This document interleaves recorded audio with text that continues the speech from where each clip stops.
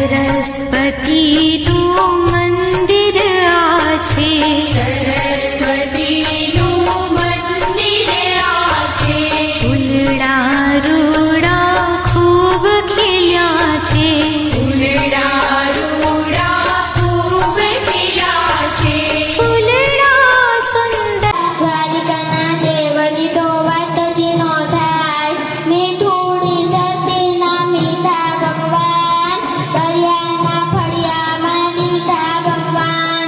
ચરણો પખાડે જે સાગર ગંભીર, નિર્મલ તે ખડખડતા બુંદીના નીર. અમારી હતી દોસ્તી દુનિયાથી જાણતી. ખોવે ખોવે એ યકર ચકર યકર ચકર યકર ચકર અગર ચકર ગોળ ચકર ગમરડી રે.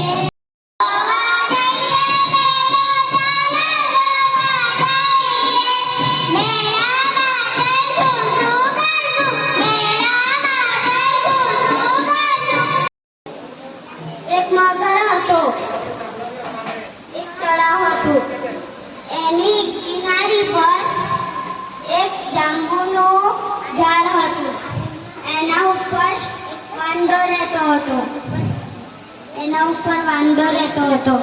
એક દિવસ એવું થયું કે મગર મારી વાર્તાનું નામ છે વાઘ આવ્યો રે વાઘ. એક ગામ હતું, એમાં એક ગોપા નામનો એક છોકરો રહેતો હતો અને રોજ ગાયો ચરાવવા જાય. એક દિવસ એ ગાયો બકરા ચરાવવા ગયો અને એને મુશ્કેલ સૂઝી અને એ કહે વાઘ આવ્યો એમ કરી બધા ગામ લોકોએ સાંભળ્યું અને સાંભળી બધા ગામ લોકો બંદૂકો હથિયારો હતો તે રોજ જંગલમાં લાકડા કાપવા જાય અને પોતાના ઘરનું પીઠા ચડાવે. એક દિવસ તે જંગલમાં ગયો અને એક તળાવ કિનારે ગયો. ત્યાં એક મોટું ઝાડ હતું. તે ઝાડ પર તે ચડી ગયો અને તેની નરમ ડાળીઓ કાપવા માંડ્યો. તે ડાળીઓ કાપતા તેની કુંવરી પાણીમાં પડી ગઈ. એક મોટું જંગલ હતું. જંગલમાં એક બકરી અને બે બચ્ચા રહેતા હતા. એને ઘર બનાવવાનું વિચાર થયું. પછી એને તો સામાન લેવાનો.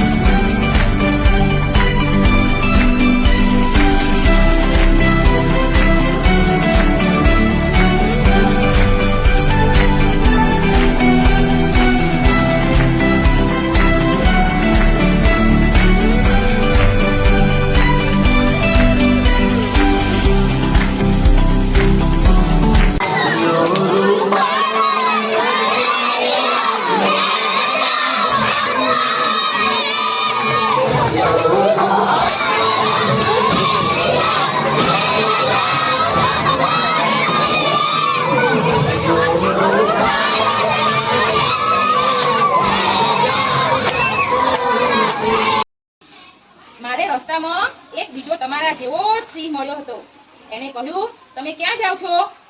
મેં કહ્યું મારે જંગલના એક રાજા છે, એમનો શિકાર થવાનું છે, એટલા માટે હું ત્યાં જાઉં છું. હે, એવો કયો રાજા છે બીજો તે મારા જેવો છે? હા, તમારા જેવો જ છે, એ રાજા જેવો જ છે. લાવ